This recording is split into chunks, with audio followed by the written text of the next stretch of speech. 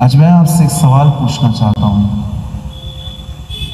C I am not a preacher first, मैं एक प्रचारक नहीं हूँ।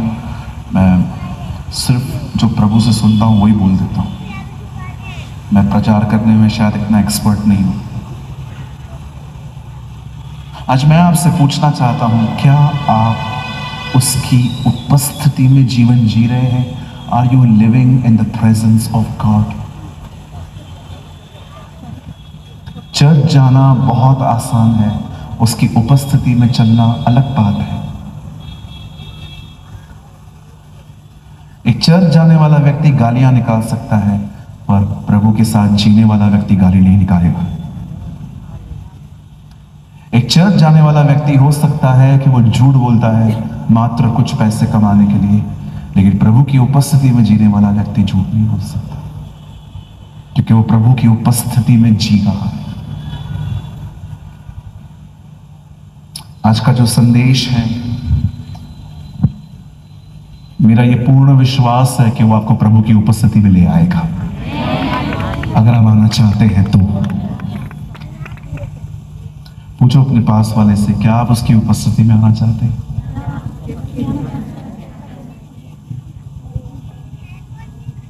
आप जानते हैं uncle Dinakaran why he was different? क्या आप जानते हैं अंकल दिनकरन इतने अलग क्यों थे? क्या आप जानते हैं कैथरीन कुलमिन इतनी अलग क्यों थी? क्या आप जानते हैं D.L. मूडी, साधु सुंदर सिंह, ये इतने अलग क्यों ठहरे? क्या आपने देखा यीशु के चेले कितने अलग थे? क्या वो स्वर्गदूत थे? कोई स्वर्गदूत नहीं था।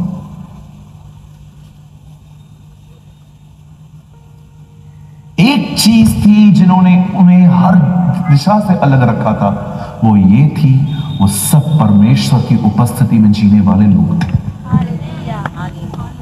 वो सिर्फ और सिर्फ परमेश्वर का भय रविवार की सुबह 2 घंटे नहीं मांगते थे, वे प्रतिदिन परमेश्वर के साथ चलने वाले लोग थे। हम सबत को नहीं मानते। क्यों नहीं मानते?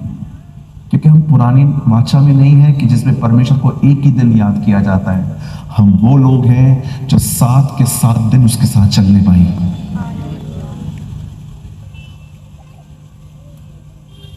क्यों आज हम ढीले हैं, कमजोर हैं, डिप्रेशन में हैं, हंस रहे हैं लेकिन अंदर से टूटे हुए हैं? क्या कारण है?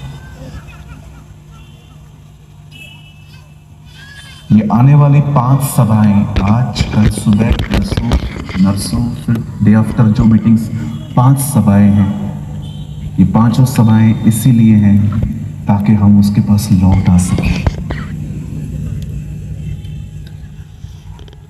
आपने देखा गुमराह पुत्र को, जिसने बाप का घर छोड़ दिया, वो सूअरों का चरवाहा बना। जो बाप के घर में रहते हैं वो भेड़ों के चरवाहे बनते हैं। फिर से कहता हूं आज आपको, आज का वचन बहुत महत्वपूर्ण है। मैं आपका ज्यादा समय नहीं लूंगा। I have a short message. मेरे पास एक छोटा सा संदेश है आज आपके पास। क्या आप सब तैयार हैं? चार 30-40 लोग तो तैयार हैं पक्का। आप सब तैयार हैं? वाह, अब लग रहा है जगदलपुर है ये। हालेलुया, बोलो यीशु मसीह की जय। आइए, अपने हाथों को फैलाइए, अपनी आंखें खुली रखिए, कुछ सेकंड्स के लिए स्वर्ग की तरफ निहारिए और उसे कहिए, खुदा आज मुझे अपनी तरफ खींच ले। कहिए, प्रभु मुझे अपनी उपस्थिति में ले चल।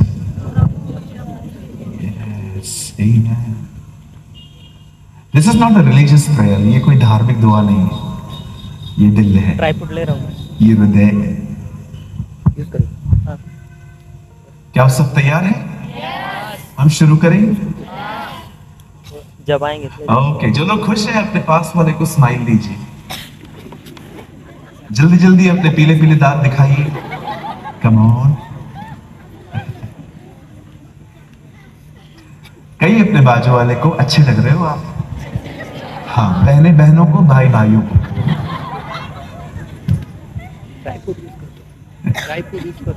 ओके, चलिए, अच्छा लगा आप लोग की दांत देख के। कुछ खड़ूस भी हंस रहे हैं आज। ट्राइपॉड यूज कर रहा हूं, जब जरूरत पड़ेगा ले लेना, ठीक है ना।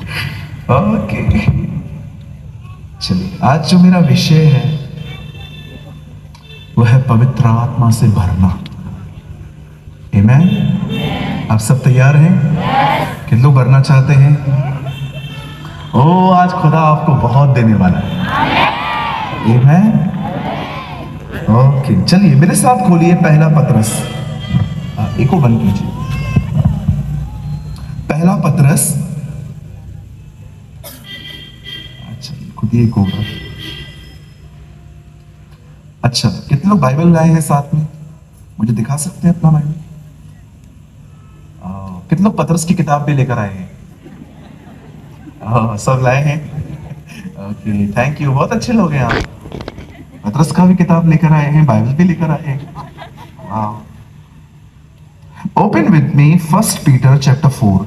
मेरे साथ खोलिए पहला पतरस और उसका 4था अध्याय।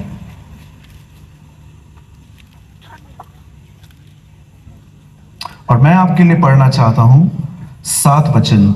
सब बातों का अंत तुरंत होने वाला है, इसीलिए संयमी होकर प्रार्थना के लिए सचेत रहो। कहिए सचेत। ओके, मैं 3 गिनूंगा, आप में से हर एक को अपने अपने बाइबल में ये जोर से पढ़ना है। ओके, 1 2 3।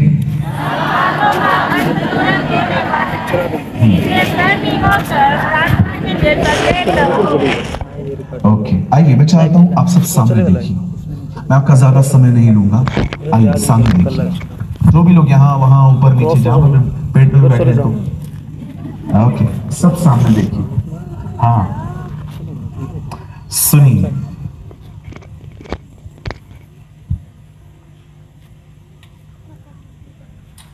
जब परमेश्वर किसी को भी अपने लिए अलग करता था, तब वो उन लोगों के पास अपना एक नबी भेजता था। नबी जाकर उनके सर पर ऑयल डालते थे, जिसका मतलब था कि परमेश्वर ने तुझे कुछ करने के लिए अपना अभिषेक दिया है। यह बाइबल का इतिहास रखा है कि परमेश्वर कभी भी लोगों को विदाउट अनॉइंट किए कभी मैदान में नहीं उतारता था।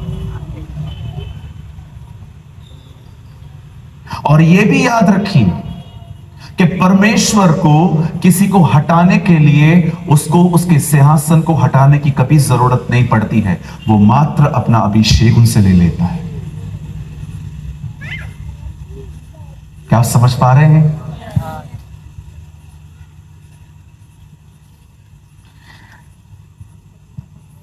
कुछ गहरी बात कह दी मैंने आपको। जब परमेश्वर किसी को बुलाता है तो वो उसको अभिषेक देता है, लेकिन जब परमेश्वर किसी को हटाता है तो उसको उसे हटाने के लिए उसको सिंहासन को निकालने की कभी कोई जरूरत नहीं पड़ती। वो मात्र उससे उसका अपना अभिषेक ले लेता है। शाऊल को देखिए, उसका अभिषेक चला गया, फिर भी वो राजा बना रहा। प्रकाशित वाक्य में लिखा है, पश्चाताप कर, अन्यथा मैं अपने दीप स्तंभ को तेरे यहां से हटा दूंगा। मेरी इंग्लिश बाइबल में लिखा है, I will take away my presence from you. मैं अपनी उपस्थिति यहां से निकाल लूंगा। आज बहुत से लोग हैं, they have a big titles but no anointing. बड़े बड़े नाम हैं उनके पास, पर उनके पास कोई अभिषेक नहीं है। लेकिन इस भीड़ में ऐसे भी लोग हैं जो जमीन पर बैठे हैं, कोई आपके पास टाइटल नहीं है, पर खुदा ने आपका अभिषेक किया है। आई नो सो मैन, बहुतों को जानता हूं, बड़े बड़े नाम हैं, नो अनॉइंटिंग, कोई अभिषेक नहीं है उन पर, वे भरे हुए नहीं हैं। लेकिन मैं ऐसे भी साधारण लोगों से मिला हूं जो किसी गांव में रहते हैं, कोई उनको जानता नहीं है, उनको फोन चलाना नहीं आता है, वो बात करते हैं, जिंदगियां बदलती हैं। खुदा किसी को भी इस्तेमाल करने से पहले ये नहीं देखता है कि उसके पास कितना बाइबल का ज्ञान है, वो सदैव लोगों के हृदय को देखता है। दाऊद का चुनाव उसके बाइबल के ज्ञान के आधार पर नहीं हुआ, उसका चुनाव एक अच्छे हृदय के कारण हुआ।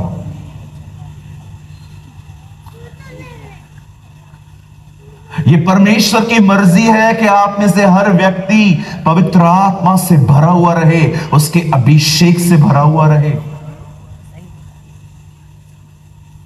अगर आपके पास ये नहीं होगा, आपके पास आपका पुराना स्वभाव होगा। जब ये आता है तो मनुष्य नया बन जाता है, जब ये चला जाता है तो पुराना हो जाता है।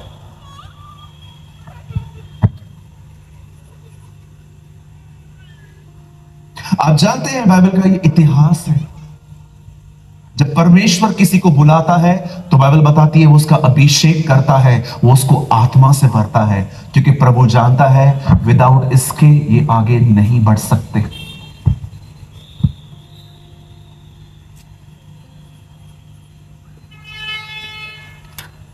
पतरस यहां पर एक बात कहता है,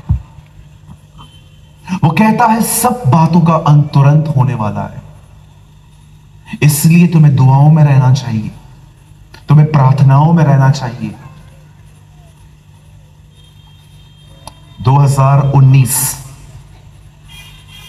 कोविड-19 जब कोरोना वायरस आया,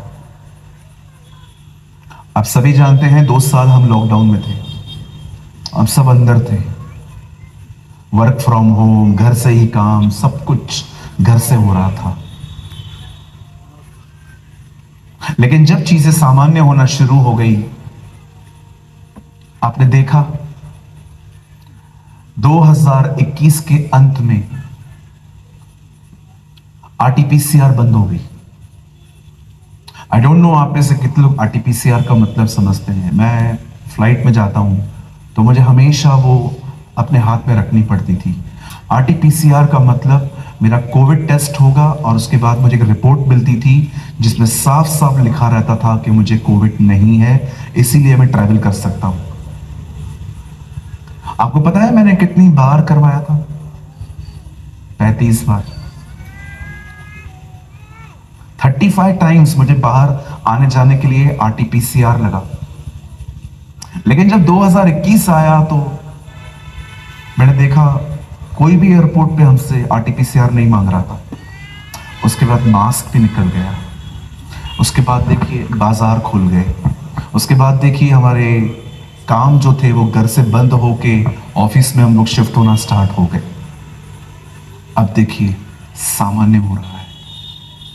कितने लोग ये बात जानते हैं? यीशु से जब पूछा गया कि आपके आने से पहले क्या होगा, उसने कहा नूह के दिन वापस आएंगे। प्रभु नूह के दिन क्या थे? लोग खाते पीते थे, उठते बैठते थे, शादी ब्याह सब करते थे, घर पे पौधे लगाते थे, एक साधारण जिंदगी जी रहे थे। आप देख रहे हो अब सब साधारण होता जा रहा है। बहुत जल्द वो आने वाला है। He's coming। पतरस कहता है सब बातों का अंत होने वाला है। अगर आपको लगता है कि प्रभु के आने में बहुत समय है, मैं आपको बताना चाहता हूं शैतान ने आपसे बात की है, शायद खुदा ने नहीं। मैं उसका दास होने के नाते कहता हूं वो बहुत जल्द हमारे बीच में आएगा। कई अपने पास वाले से हम बहुत जल्द घर जाएंगे। ये कितने लोग ये विश्वास करते हैं हम बहुत जल्द घर जाएंगे? उन्हें ही खुशी नहीं होती है जिन्होंने अपना यहां पर बसेरा बना के रखा है। एक भाई को मैंने बोला ब्रदर प्रभु आने वाला है। बोला कभी? मैंने कहा मुझे टाइम और डेट नहीं पता है लेकिन जल्द आएगा। तो मेरे को बोलता है उसको बोलो ना 2024 में आए। मैंने बोला क्यों? बोला 23 में मेरा शादी है।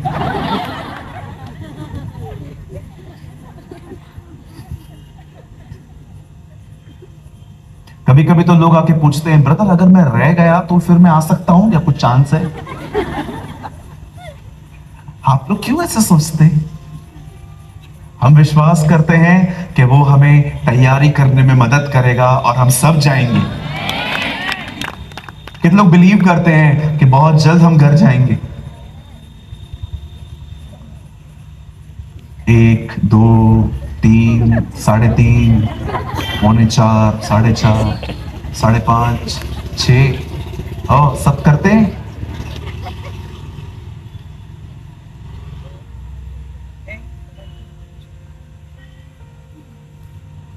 अब बड़े ध्यान से सुनिए। पतरस कहता है बहुत जल्द अंत होगा। दुनिया का नहीं, हां दुनिया के अंत में बहुत टाइम है अभी। किस चीज का अंत सूरज भाई? कलीसियाओं का।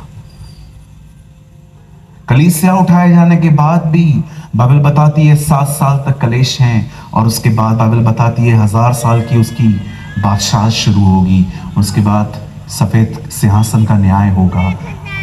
दुनिया खत्म होने में बहुत टाइम है। ये कलीसिया के अंत के दिन है। These are the last days for the church. Church दीवार नहीं है, चर्च आप हो। वो दीवारों को उठाने नहीं आएगा, वो हमें लेने आएगा। दीवारें इधर ही रहेंगी, सब दीवारें इधर ही रहेंगी।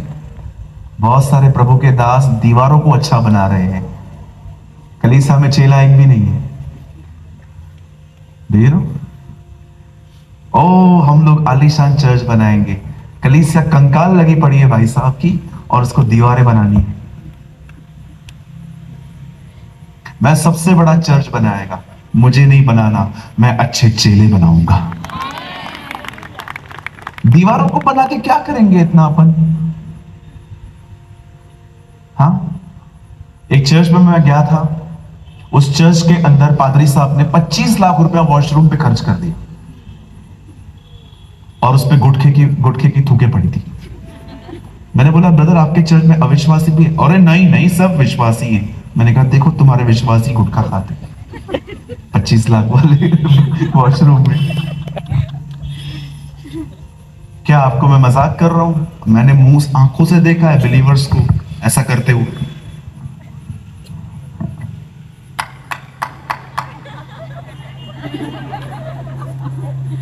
आने के बाद से बोलते जय मसीह की, चपाट मारू खींच के मन करता है। हाँ, एक भाई को देखा मैंने, मेरे को ऐसा बोलता है जय मसीह की। मैंने कहा क्या है इधर? खैनी पर तुम्हें शर्म नहीं आती? तुम मसीह में आके ये सब करते हो। अन्य जाति लोग तुम्हारी वजह से हमें गलत समझते, और क्रॉस भी पहना था। बोलिए क्रॉस पहनना नहीं है, क्रॉस उठाना है। क्रॉस पहनने से क्या होगा? क्रूस को उठाना है। यदि कोई मेरे पीछे आए तो अपना क्रूस उठाए, यीशु ने कहा। आमेन। हाँ, मैंने खुद देखा है। मसीह लोग गालियां भी निकालते हैं कभी कभी तो चर्च के अंदर। ओ प्रभु जय मसीह, हालेलुया जी, प्रेज द लॉर्ड। इधर से बाहर निकलेंगे सीधा मेरा पैसा देगा कि नहीं। अरे कैसे विश्वासी हो तुम यार? Which type of Christian you हो? तुम अंदर इतने मीठे हो, बाहर तुम धमकियां देते हो। और हमारी बहनें भी कुछ कम नहीं है,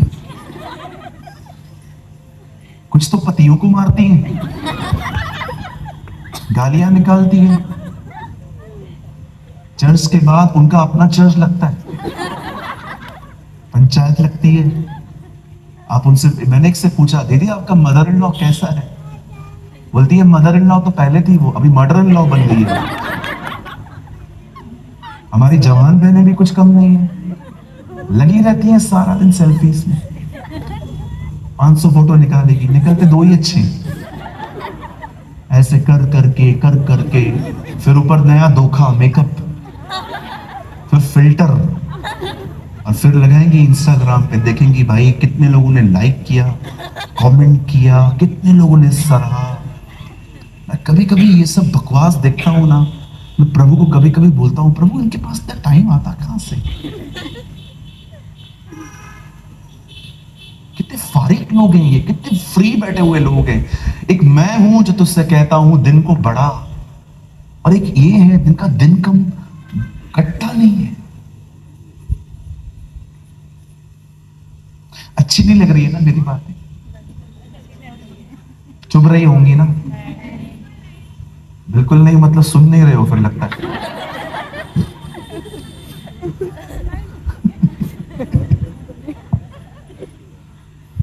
कहिए अपने बाजू वाले को, सीधे बनो, टेढ़े मेढ़े मत बनो। टेढ़े मेढ़े का मतलब समझते? टेढ़ा मेढ़ा, टेढ़ा मेढ़ा। यीशु ने फरीसियों को देखकर कहा, हे सांप के बच्चों। यीशु ने फरीसियों को कहा, ओके मैं आपको नहीं बोल रहा हूं, मुझे घर जाना है। क्यों उसने कहा तुम सांप के बच्चे हो? क्यों? बिकॉज सांप हमेशा टेढ़ा मेढ़ा चलता है, लेकिन जब वो बिल में जाता है सीधा। यीशु ने कहा हे सांप के बच्चों, मतलब क्यों? क्योंकि कुछ लोगों का लाइफ ऐसा ही है, सोमवार को गुटखा, मंगलवार को खैनी, बुधवार को गर्लफ्रेंड, गुरुवार को मूवी, उसके बाद लॉटरी, शनिवार के दिन घर पे झगड़ा, लेकिन रविवार को सीधे जय मसीह की, जय मसीह की, जय मसीह की, जय मसीह की। Hallelujah, hallelujah, hallelujah, hallelujah. Pastor ji मेरे लिए कुछ काम है, एक ही काम है, तू सुधर, और कुछ काम नहीं है तेरे लिए। That's why Jesus say you are the generation of vipers। हे सांप के बच्चों, यीशु ने उनको क्यों कहा? क्योंकि टेढ़े मेढ़े थे ये लोग, सीधी जिंदगी जीते नहीं थे। भजन संहिता में लिखा है, सीधे मन वालों के लिए यहोवा भला है। God is good। कहिए हमें सीधा होना है। बोलो बहुत टेढ़ा मेढ़ा चल दिया, अभी नहीं चलेगा ऐसा। सब बातों का अंत तुरंत होने वाला है, इसीलिए पतरस कहता है तुम्हें दुआओं में रहना चाहिए। आप जानते हैं, आप में से बहुत सारे लोग जो यहां पर बैठे हुए हैं, आप पवित्र आत्मा की भरपूरी, उसकी सामर्थ, उसके अभिषेक को क्यों खो चुके हो? Because you don't have a prayer life, क्योंकि आपके पास एक प्रार्थना का जीवन नहीं है। आपके पास एक प्रेयर लाइफ नहीं है। यीशु ने कहा निरंतर प्रार्थना करते रहो। वो निरंतर घुटनों पर बैठने की बात नहीं कर रहा था, वो आपको समझा रहा था घुटनों पर से उठने के बाद भी अपने मन को मेरी तरफ लगाना सीखो।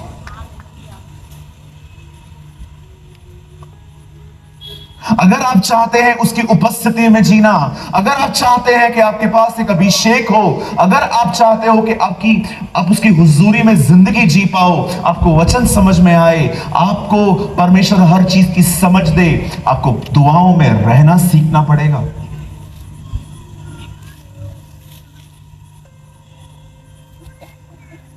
बाइबल बताती है there was a man called Elijah. एलिया नाम का एक व्यक्ति था। खुदा ने उसे एक दुष्ट राजा को, उसके साम्राज्य को खत्म करने के लिए उसका चुनाव किया,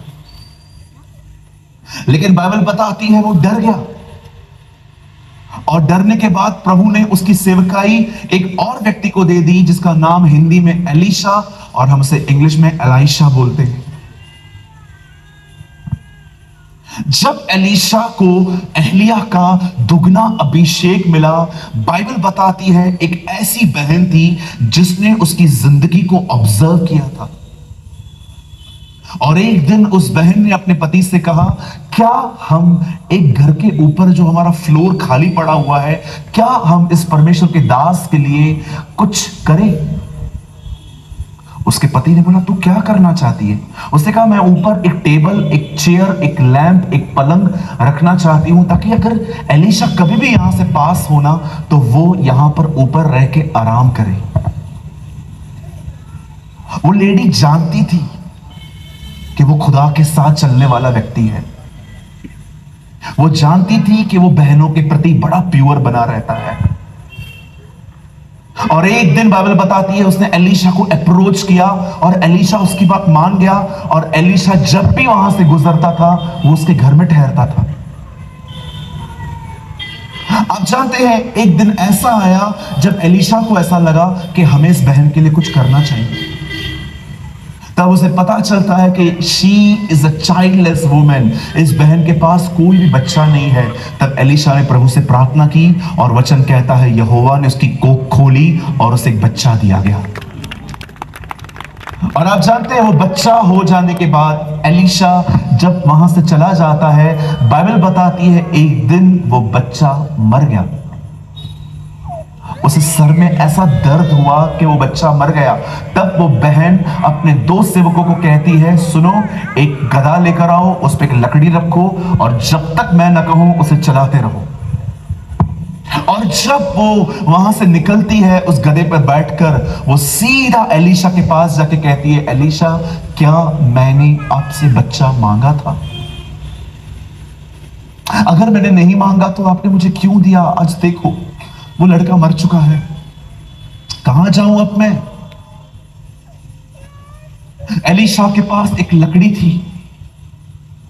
एलीशा अपने एक चेले गहजी को बोलता है तू जा और वहां पर जाके बच्चे के ऊपर लठ रख दे और राह चलते हुए किसी को भी अपना हालचाल मत बताना।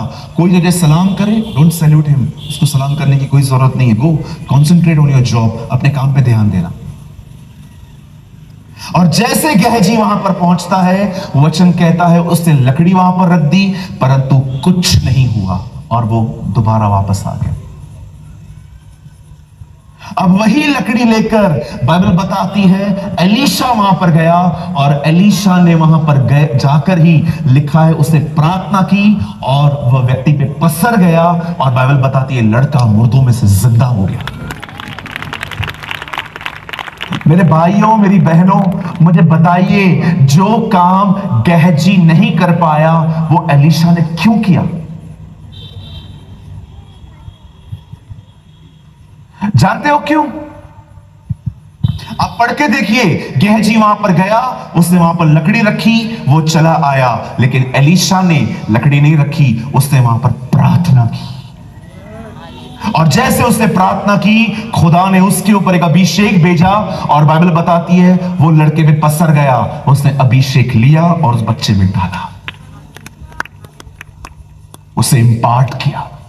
लिखा लड़के का बदन गर्म होने लगा और लड़के ने छींक मारी और मुर्दों में से जिंदा हो गया। क्यों अभिषेक आया उसके ऊपर? याद रखिए परमेश्वर ने आपको पवित्र आत्मा दिया है लेकिन भरपूरी दुआ करने वाले के साथ रहती है। आज कुछ लोग खुश हैं, वो हम गीत गा रहे हैं, हम वचन को पढ़ रहे हैं, पर मैं आपसे पूछना चाहता हूं क्या आप उसकी आत्मा से भरे हुए व्यक्ति हैं? क्या आप ये कह सकते हैं मेरा मन, मेरी जुबान, मेरा अंदर का पूरा स्वभाव खुदा के कंट्रोल में है?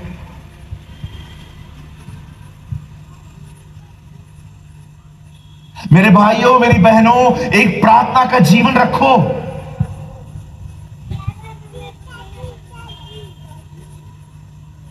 अपना समय दुआओं में दो। कठिन दिन आने वाले हैं।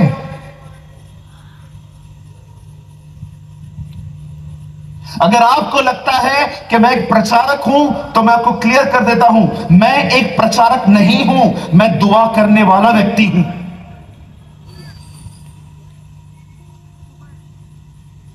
आप जानते हो प्रार्थना क्या करती है?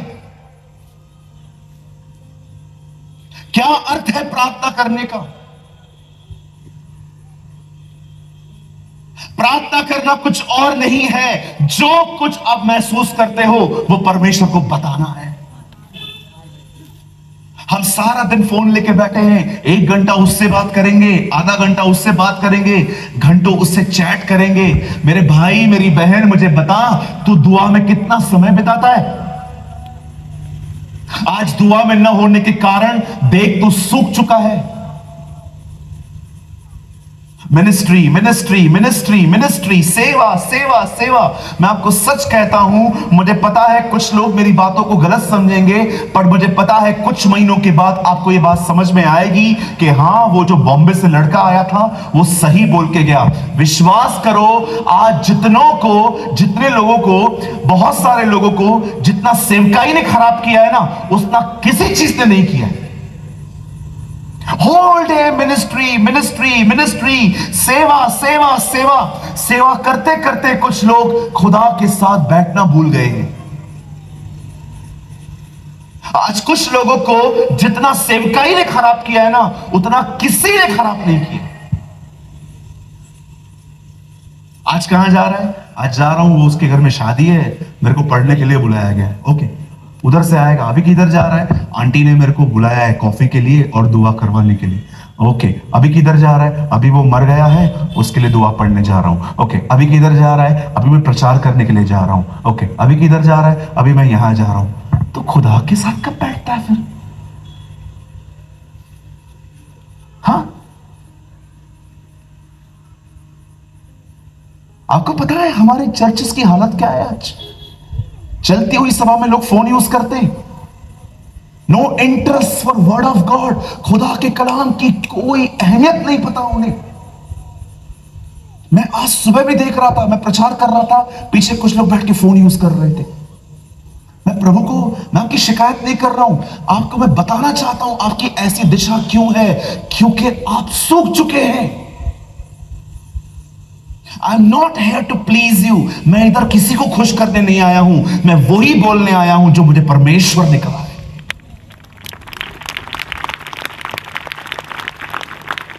आज मैं आपसे पूछना चाहता हूं मेरे भाई मेरी बहन, मुझे बता, आप कितना समय दुआ में रहते हो? आप में से बहुत सारे लोगों के फोन ने आपको खुदा से दूर कर दिया है। जब भी फ्री रहेंगे निकालेंगे फोन, जब भी फ्री रहेंगे निकालेंगे फोन। अरे तुम खुदा को कब समय दोगे?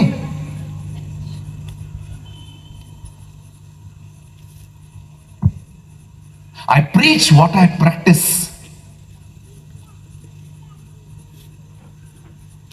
आप जानते हो एक समय आया जब बाइबल बताती है कई देश के लोग यहोशापात पे चढ़ाई करने वाले थे, और बाइबल बताती है यहोशापात प्रार्थना करने लग गया। आप जानते हो जैसे उसने प्रार्थना की, वचन कहता है एक आदमी पर पवित्र आत्मा उतरा और वो आके यहोशापात को कहता है, डरो मत, कल तुम सामना करने को जाना, तुम खुदा की तरफ से अपना बचाव देखोगे। नेमिया, उसे इजराइल जाना था दीवार बनाने के लिए, उसे डर था कि उसे छुट्टी मिलेगी कि नहीं मिलेगी। उसने प्रार्थना की। आपको पता है उसी राजा ने उसको आराम से जाने के लिए दिया। उस मंदिर को बनाने का सामान भी उसने प्रोवाइड किया, उस दीवार को बनाने का सामान उसने उसको प्रोवाइड किया। आप देखिए बाइबल बताती है एलिया ने प्रार्थना की, अग्नि उतरी। बाइबल बताती है दानियल ने प्रार्थना की, शेरों का मुंह बंद हो गया। बाइबल बताती है यीशु प्रार्थना करता था, लोग मुर्दों में से जिंदा हो जाते थे। प्रार्थना भविष्यवाणी लेके आती है, प्रार्थना चमत्कार लेके आती है, प्रार्थना मनुष्य की मदद लेके आती है। याद रखिए, वो जब आप प्रार्थना करते हो, परमेश्वर अपने स्थान से उठ के आपके लिए कुछ करना स्टार्ट करता है। Be a man and a woman of prayer. दुआ करने वाले व्यक्ति बनो। अगर तुम दुआ करने वाले व्यक्ति न बन पाए, तुम गप्पे मारने वाले हो जाओगे। यहां की बातें वहां, वहां की बातें यहां, उसकी चुगली खाएंगे, उसकी चुगली खाएंगे, पूरी जिंदगी निकल जाएगी, बूढ़े हो जाओगे और फिर सिर्फ पछतावा होगा कि एक ही जन्म मिला और मैंने खुदा के लिए कुछ नहीं किया, सिर्फ समय बर्बाद किया। मैं आपके सामने खड़े होकर कहता हूं, जिस दिन मैं मरूंगा और खुदा के सामने खड़ा रहूंगा, मुझे अपनी शक्ल ऐसे खड़ी नहीं करनी पड़ेगी, मैं उसे देखूंगा। I will see him. क्या कहा उसने?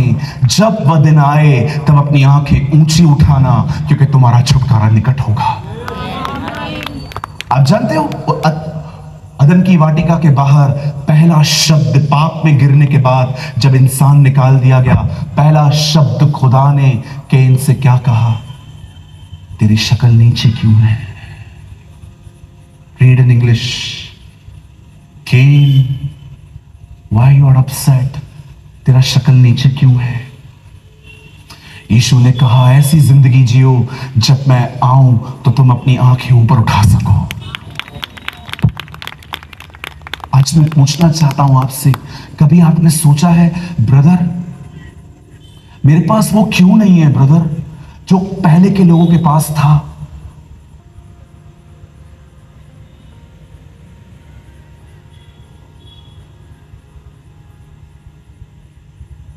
मैंने खुदा से बहुत बार कहा ये बात, प्रभु जो आज के लोगों के पास है ना, मेरे को वो नहीं चाहिए। मुझे वो चाहिए जो पतरस, याकूब और यूहन्ना के पास था। I need the same type of anointing. जानते हो मुझे परमेश्वर ने क्या कहा? वही कर जो वो करते थे। तब मैंने प्रेरितों के काम पढ़ा और मैंने देखा वो दुआ करने वाले लोग थे, वो प्रार्थना करने वाले लोग थे।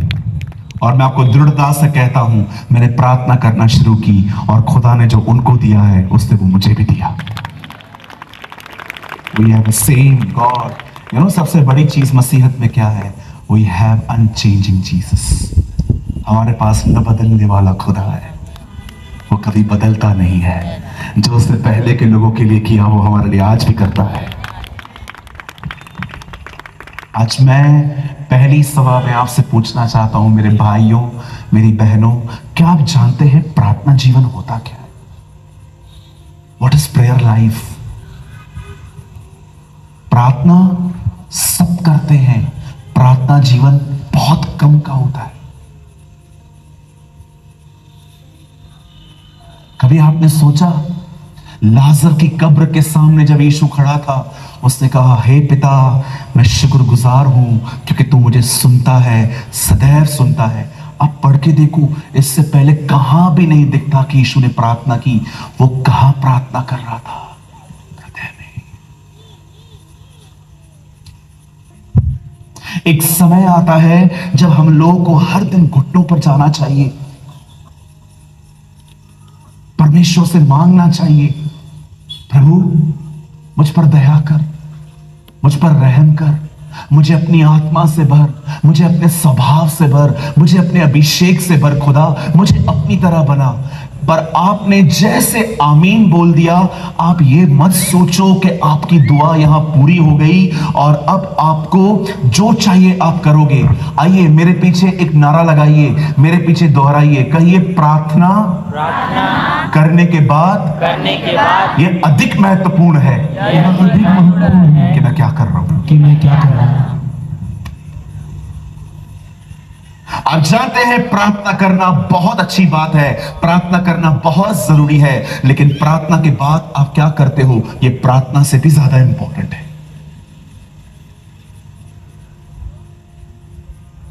कुछ लोग आधा घंटा 15 मिनट दुआ करके उठ जाते हैं, लग जाते हैं अपने मोबाइल पे, लग जाएंगे गप्पे मारने में, लग जाएंगे पॉलिटिक्स में।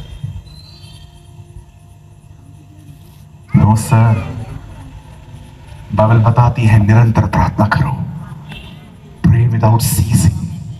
जानते हो निरंतर प्रार्थना क्या होती है? जानते हैं प्रार्थना जीवन क्या होता है? प्रार्थना जीवन का मतलब होता है जहां पर आपने कहा आमीन, यहां पर प्रार्थना पूरा नहीं हुआ है, उल्टा यहां से प्रार्थना जीवन शुरू हुआ है। पिता का प्रेम, हमारे प्रभु यीशु का अनुग्रह और पवित्र आत्मा की अन्य भाषा। पढ़ के देखिए, वहां अन्य भाषा नहीं है। पौलुस कहता है परमेश्वर ने हमसे प्रेम किया, उसने हमारे लिए अपना बेटा दिया, बेटे ने हमसे प्रेम किया, उसने हमें पवित्र आत्मा दिया। और पवित्र आत्मा क्यों दिया गया है? अन्य भाषा के लिए, बाइबल बताती है सहभागिता के लिए। सहभागिता, फेलोशिप। ब्रदर, आप अन्य भाषा को नहीं मानते, आपसे ज्यादा मानता हूं मैं, लेकिन अन्य भाषा के लिए बात नहीं कर रहा हूं। मैं बात कर रहा हूं प्रार्थना के लिए, मैं बात कर रहा हूं सहभागिता के लिए। कुछ लोग तो सिर्फ रविवार को 2 घंटे खुदा के साथ रहते हैं, 6 दिन उन्हें याद भी नहीं रहता कि उन्होंने बपतिस्मा किस नाम से लिया था। पिता का प्रेम, हमारे प्रभु यीशु का अनुग्रह, पिता ने प्रेम किया, उसने क्या किया? उसने हमारे लिए अपना इकलौता पुत्र भेजा, वो हमारी जगह पे मारा गया। चार्ल्स स्पर्जन कहते हैं, सुसमाचार ये है कि वो हमारी जगह पे मरा। परमेश्वर ने हमसे प्रेम किया, ये हमें कैसे पता चला? उसने हमारे लिए अपना बेटा भेजा, बाइबल बताती है। बेटे ने हम पे अनुग्रह किया है, ये हमें कैसे पता चला है? बेटे ने हमें अपना पवित्र आत्मा दिया है। पर पवित्र आत्मा हमारे भीतर क्यों दिया गया है? ताकि हम उसके साथ सहभागिता करें, हम उसके साथ संगति करें, हम उससे बात करें। ओ मेरे भाइयों, मेरी बहनों, अगर आपका ये नहीं है, आपको नहीं पता आपने क्या मिस किया है।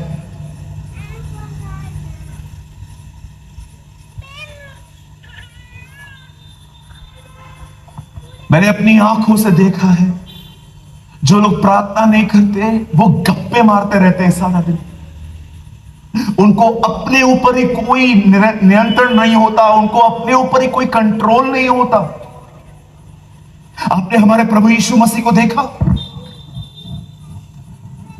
वो खुदा का बेटा भी था, तो ये भी याद रखेगा, वो दुआ करने वाला व्यक्ति भी था।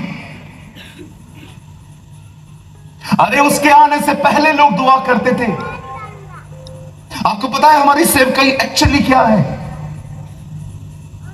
यूहन्ना बपतिस्मा दाता, बाइबल बताती है, उसके आने से पहले क्या कहता है? प्रभु का मार्ग तैयार करो, उसकी सड़कें सीधी करो। यूहन्ना वो था जिसने उसके पहले बार आने से पहले रास्ते तैयार किए।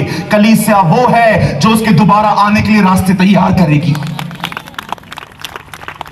ये हमारी सेवा है। यीशु को देखिए, दुआएं हो रही थी उसके लिए। हन्ना नाम की बहन जो 84 ईयर्स से, बाइबल बताती है, खुदा के हैकल में बैठकर वो उसके लिए दुआएं करती थी। शिमोन नामक एक बूढ़ा व्यक्ति उसके लिए दुआएं करता था। आपने देखा, जैसे यीशु मसीह आए, उन्होंने जैसे बड़े होकर बपतिस्मा लिया, लिखा है उन्होंने दरियाए यरदन पर प्रार्थना की। जैसे वो ऊपर पहाड़ पे गए, उसने उन्हें सिखाया, प्रार्थना करो, ऐ हमारे बाप, तू जो आसमान में है, तेरी बादशाहत आए। वहां से नीचे उतरा। ओ बाइबल बताती है, एक रात पूरी उसने प्रार्थना की। उसने चेलों को चुना। उसके बाद चेलों को कहता है, प्रार्थना करो कि खुदा अपने खेतों को काटने के लिए मजदूर भेजे। फरीसियों को कहता है, तुम इस तरह प्रार्थना मत करो, तुम दोष मत लगाओ, तुम्हें नम्रता से प्रार्थना करनी चाहिए। उसके बाद अब आगे बढ़िए, अपने चेलों को सिखाता है, उस विधवा की तरह प्रार्थना करो, उस विधवा की तरह बार बार खुदा के पास जाओ। उसके और आगे बढ़िए, उसने किद्रोन के नाले पे प्रार्थना की, गसमनी में प्रार्थना की, क्रूस पे प्रार्थना की, और आज भी बाइबल बताती है वो स्वर्ग में पिता की दाहिनी ओर दुआएं करता है। कितनी अमेजिंग बात है, जीसस ने चूज किया है स्वर्ग में कि वो दुआ करेगा। What a man. आज हर एक को प्रचारक बनना है, हर एक को पास्टर बनना है। क्यों? इधर आएंगे, लोग देखेंगे। भैया इतना आसान नहीं है। अगर तुम दुआ नहीं करोगे ना, आलोचना ही तुम्हें बर्बाद कर देगी। लोग 2 शब्द कहेंगे ना, तुम्हें सुसाइड करने के थॉट्स आ जाएंगे कि यार मैं मार दूं खुद को। क्यों? क्योंकि तुम दुआ नहीं करते। You don't have the anointing of the Lord. मैं हमेशा अपने चर्च के लोगों को कहता हूं, आलोचना सहने की ताकत है? आओ इधर। नहीं है, चुपचाप से नीचे बैठो।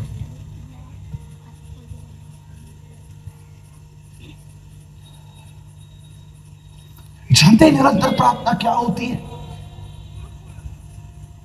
एक समय आता है जब आप घुटनों पर रहते हो, लेकिन एक समय आता है घुटनों पर से उठने के बाद भी आप परमेश्वर से बात करते रहते हो। दानियल उससे दिन में 3 बार प्रार्थना करता था। दाऊद 7 बार उससे बात करता था।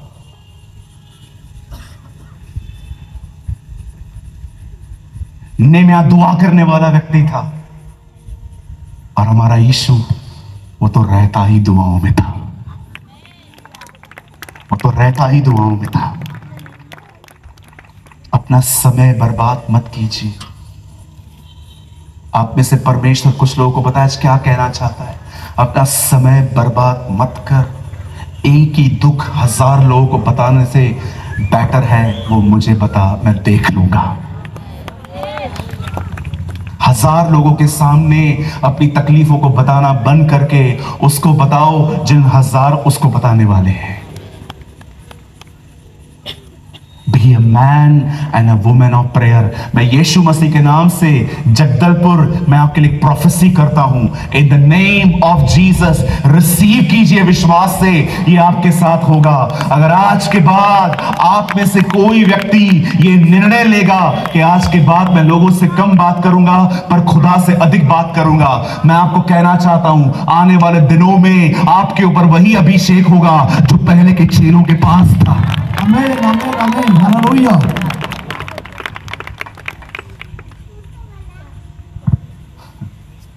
याद रखिए,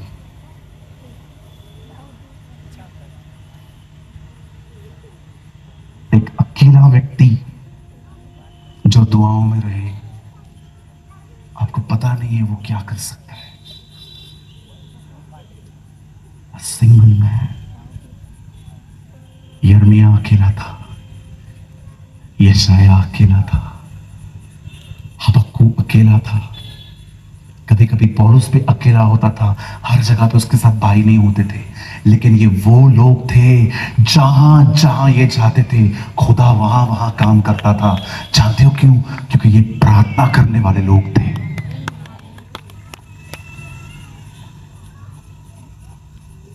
तारक मेहता बाद में देखो, पहले प्रार्थना करो।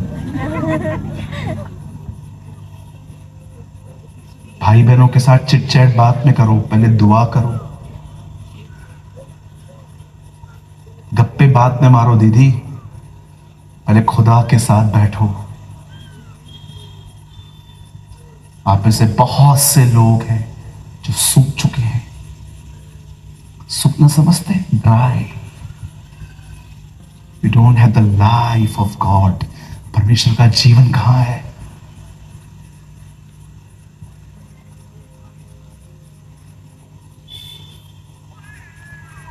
You should pray. Be a man and a woman of prayer. प्रार्थना करने वाले व्यक्ति बने। जब पब्लिक में सामने खड़े हैं, मन में प्रार्थना करो। कोई नहीं है, मुंह खोल के प्रार्थना करो। जब मैं लोगों के साथ रहता हूं, मैं मन में प्रार्थना करता हूं। जब कोई नहीं रहता, मैं मुंह खोल के प्रार्थना करता हूं। कितने लोग हैं जो आज दुआओं के प्रति डेडिकेट होना चाहते हैं? यस ब्रदर, मुझे ये प्रेयर लाइफ चाहिए। I need this prayer life. मैं आपको सच कहता हूं, कल आपके पास्टर और मैं जब यहां पर आए थे, हम लोग वहां खड़े थे, कीचड़ थी इस ग्राउंड में, कीचड़। लेकिन जब हमने वहां पर दुआ की, उसके बाद हमारा दिमाग खराब हो गया।